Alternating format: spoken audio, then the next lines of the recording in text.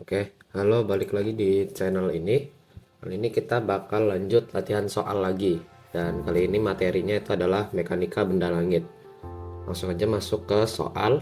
Di sini ada sebuah pesawat bergerak lurus di antara dua asteroid raksasa yang memiliki massa masing-masing sebesar 1/10 massa bulan.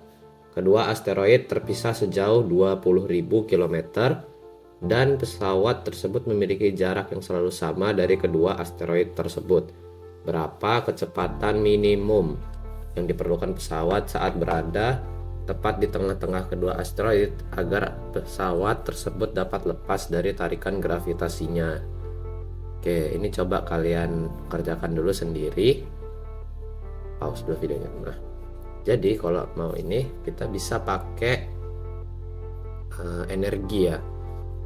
Di sini kalau dia mau lepas berarti energi mekaniknya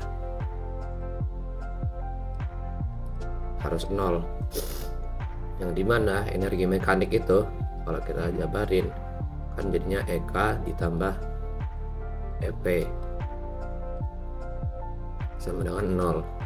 Kalau kita pindah ruas, EK sama dengan negatif energi potensialnya kan.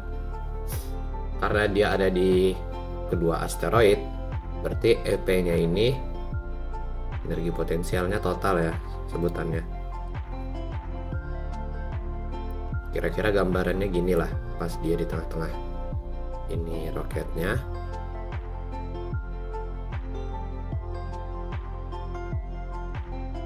Nah, ini ada asteroid, sini ada asteroid. Berarti kan ada yang energi potensial dari sini sama yang dari sini. Energi potensial gravitasinya. Langsung aja kita jabarin lagi. EK itu kan setengah M V kuadrat sama dengan negatif dalam kurung ini negatif G mm per R. Kalau total kan ditambah dalam kurung G mm per R juga. Ini kalau kita masukin aljabar gini, baru ini kesini juga, nanti jadinya setengah MV kuadrat sama dengan GMM per R ditambah GMM per R juga. Di sini M yang besar itu miliknya asteroid, ini M1, ini M2. Tapi karena di soal dia bilang dua asteroid raksasa yang memiliki massa masing-masing sebesar 1/10 massa bulan, berarti massanya mereka itu sama gitu. Terus M yang kecil ini massanya si roket, berarti kan kalau ini kita bisa coret. Ini kita coret, coret, coret. Lalu kita tulis ulang lagi, jadinya setengah V kuadrat sama dengan ini kalau di ditambah karena penyebutnya udah sama, jaraknya juga sama karena pesawatnya itu ada di tengah-tengah di antara dua asteroidnya tadi kan. Nih, memiliki jarak yang selalu sama dari kedua asteroid tersebut. Berarti ini jadinya 2 GM per R.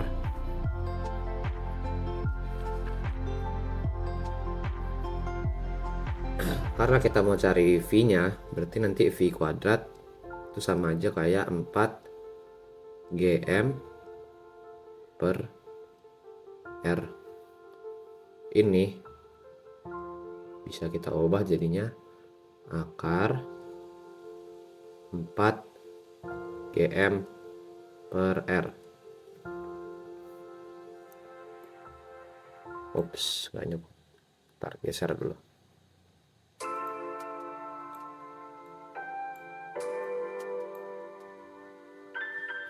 Maka nanti dapat V-nya nanti kalian hitung sendiri. G-nya ini konstanta gravitasi, M-nya ini massanya si asteroid, itu kan tadi 1/10 massa bulan.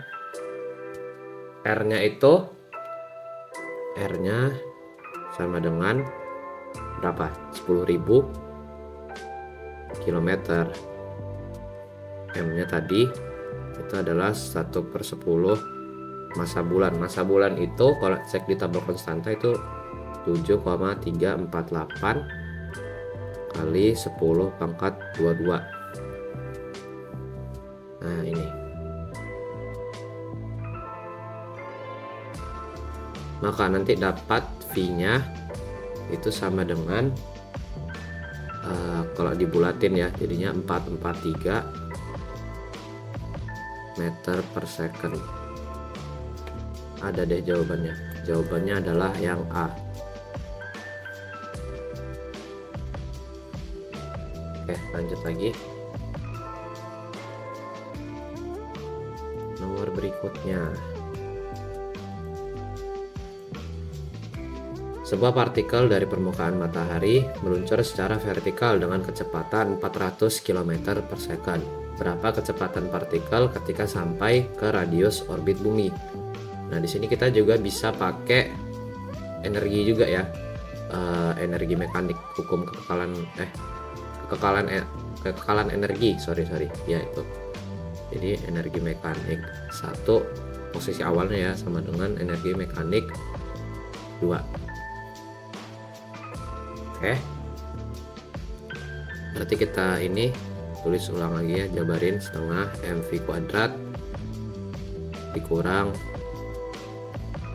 g mm per r itu sama dengan tar dulu, ininya massa matahari. Nah ini juga setengah, ini V0 ya, M V² Vt kan yang kita cari pas dia sampai di radius orbit bumi. Baru kita kurang lagi dengan energi potensial itu Gmm per R. Ini M nya juga M matahari. Di sini kita bisa coret massa si partikel M kecil ya. Ini kita coret.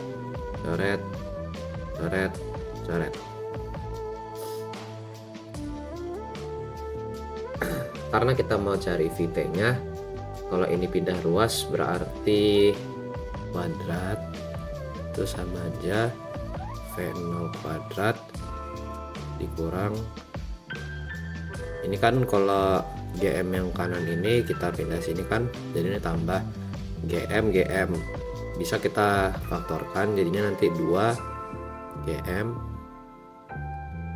Nah ini 1 per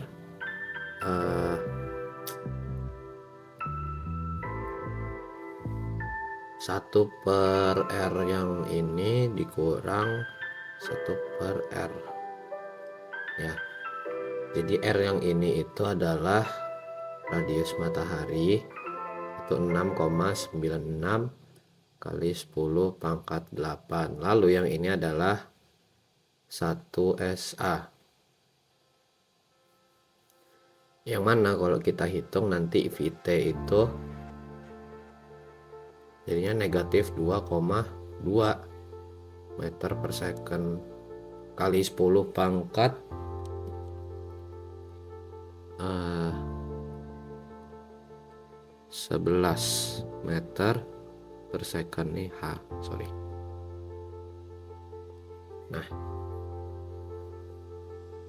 kalau akar dari negatif itu kan imajiner, berarti otomatis jawabannya adalah E, tidak dapat ditentukan. Oke, lanjut ke soal yang ini, ganti deh warna hijau. Berapa waktu yang diperlukan untuk pergi ke Mars dari bumi gunakan hukum Kepler ketiga? Oke, ini gampang aja sih sebenarnya. Kan kita tahu kalau A bumi itu kan sama dengan 1. Kalau A Mars itu dia 1,52. Ini dapat dari mana? Dihitung. Kalian cek aja di tabel konstanta, kan sudah ada jarak rata-ratanya ke matahari, tapi itu dalam kilometer pangkat 3 kan. nanti ubah aja ke 1SA. Nah ini 1SA, ini SA juga. Artinya kalau misalnya kita gambarin,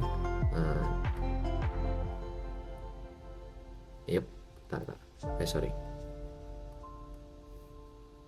kira-kira seperti ini ya, kan elips ya bentuknya. Baru bumi yang ini.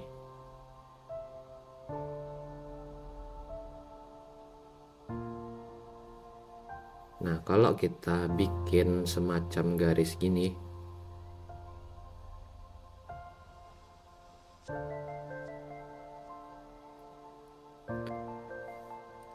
bumi yang ini yang biru, Marsnya yang hijau. Oke. Nah kan kalau bumi kan yang ini. Aduh, tebel banget, sabar. Nah ini kan bumi, ini bumi. Kalau dari hijau ke fokus itu miliknya Mars. Berarti gimana caranya? Kita cari yang ini, spidol apa ya? Ini deh, merah deh. Cari jarak sini ke sini tuh gimana? Nah kalau gitu kita bisa aja cari pakai A-nya itu sama aja kayak A bumi ditambah A Mars bagi 2, nanti dapat hasilnya. Ini sebenarnya gambarnya nggak terlalu akurat sih, tapi kan ini supaya ada hayalan aja gimana cara dapetinnya. Baru kita masukin deh 1 ditambah 1,52 bagi 2, itu nanti hasilnya 1,26 SA. Nah ini kita udah dapat semi mayornya ya. Berarti kita tinggal pakai hukum Kepler deh, yang A pangkat 3 sama dengan T pangkat 2. Berarti nanti akar A pangkat 3 sama dengan T. Nah ini sama dengan akar dari 1,26 pangkat 3. Hasilnya pangkat 3 baru kita akarin itu sekitar 1,414 tahun. Nah tapi T ini kan periode. Kalau periode kan berarti dia mengitarin kan, mengitari sampai balik lagi ke titik awalnya kan.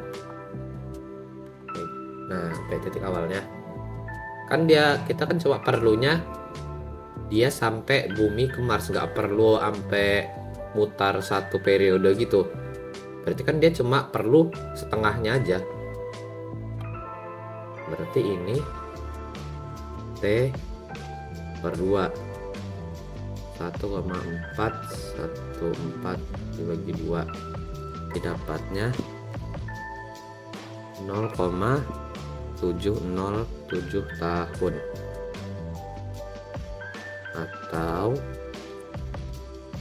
sekitar 8,5 bulan. Dah.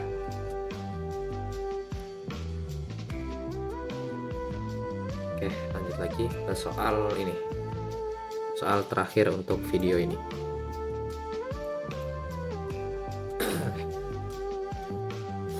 Sini soalnya. Oke. Dia mintanya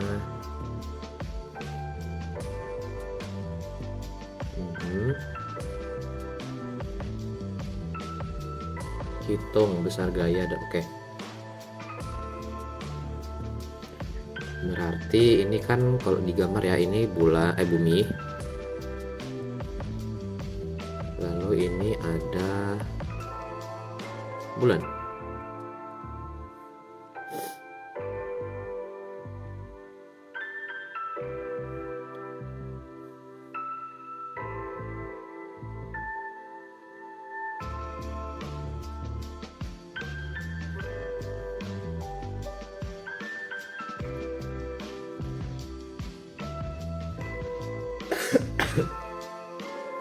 Oke. Jadi karena di sini dia oke. Karena di soal dibilang kalau kita itu ada di lintang 40 derajat. Berarti kita nggak pas di ekuator, nggak sejajar sama bulannya gini kan. Berarti kita harus cari gaya di sumbu X sama gaya di sumbu Y-nya. Ini I sama J-nya ini. Berarti langsung aja deh masukin fx. Ini I ini sama aja kayak X. I topi itu X. Fx sama dengan berarti kan 2 GMN kali R per R pangkat 3 kali cos tetanya. Ini 2 dikali konstanta gravitasi 673 kali 73 kali 10 pangkat min 11 dikali M nya siapa? M yang gede massa bulan, karena ini pasang surut antara bumi dan bulan. Nah, jadi massa bulan bisa cek di tabel konstanta 7,348 kali 10 pangkat 22. M kecilnya siapa? Itu adalah nah ini massa kita ya, berat badannya berarti 60 per R pangkat 3 nya ini apa? Itu adalah jarak, belum ada dikali jari-jari R besarnya, ini jari-jari bumi 6378000. Nah, R pangkat 3 nya ini siapa? Itu adalah jarak bumi bulan, itu adalah 38440023. So, dipangkatin 3.